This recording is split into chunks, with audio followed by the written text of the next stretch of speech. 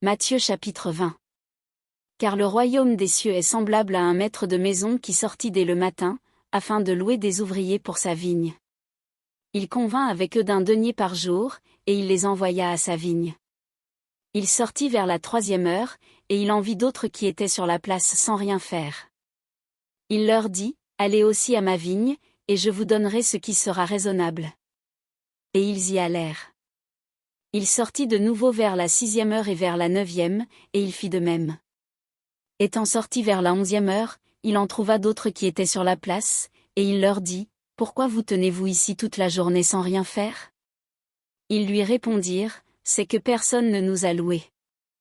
Allez aussi à ma vigne, leur dit-il. Quand le soir fut venu, le maître de la vigne dit à son intendant, appelle les ouvriers, et paie-leur le salaire, en allant des derniers aux premiers. Ceux de la 11e heure vinrent, et reçurent chacun un denier. Les premiers vinrent ensuite, croyant recevoir davantage, mais ils reçurent aussi chacun un denier.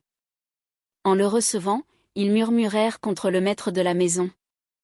Et dirent, ces derniers n'ont travaillé qu'1 heure, et tu les traites à l'égal de nous, qui avons supporté la fatigue du jour et la chaleur.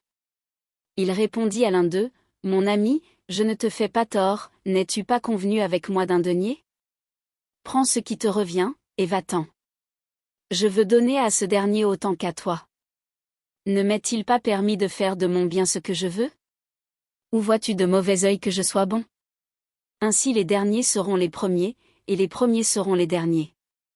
Pendant que Jésus montait à Jérusalem, il pria par les 12 disciples, et il leur dit en chemin. Voici, nous montons à Jérusalem, et le Fils de l'homme sera livré aux principaux sacrificateurs et aux scribes. Ils le condamneront à mort. Et ils le livreront aux païens, pour qu'ils se moquent de lui, le battent de verge, et le crucifient, et le 3e jour il ressuscitera. Alors la mère des fils de Zébédée s'approcha de Jésus avec ses fils, et se prosterna, pour lui faire une demande. Il lui dit, que veux-tu? Ordonne, lui dit-elle, que mes 2 fils, que voici, soient assis, dans ton royaume, l'un à ta droite et l'autre à ta gauche. Jésus répondit, vous ne savez ce que vous demandez. Pouvez-vous boire la coupe que je dois boire? Nous le pouvons, dirent-ils.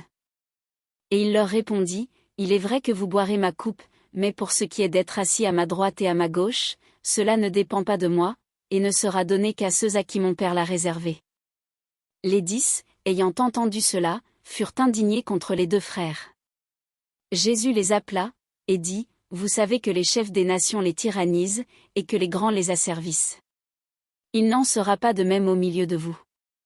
Mais quiconque veut être grand parmi vous, qu'il soit votre serviteur.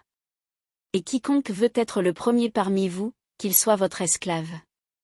C'est ainsi que le Fils de l'homme est venu, non pour être servi, mais pour servir et donner sa vie comme la rançon de plusieurs. Lorsqu'ils sortirent de Jéricho, une grande foule suivit Jésus. Et voici, 2 aveugles, assis au bord du chemin, entendirent que Jésus passait, et crièrent, aie pitié de nous, Seigneur, fils de David.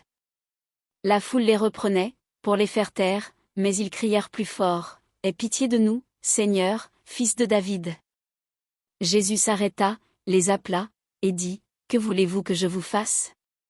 Ils lui dirent, Seigneur, que nos yeux s'ouvrent. Ému de compassion, Jésus toucha leurs yeux, et aussitôt ils recouvrèrent la vue, et le suivirent.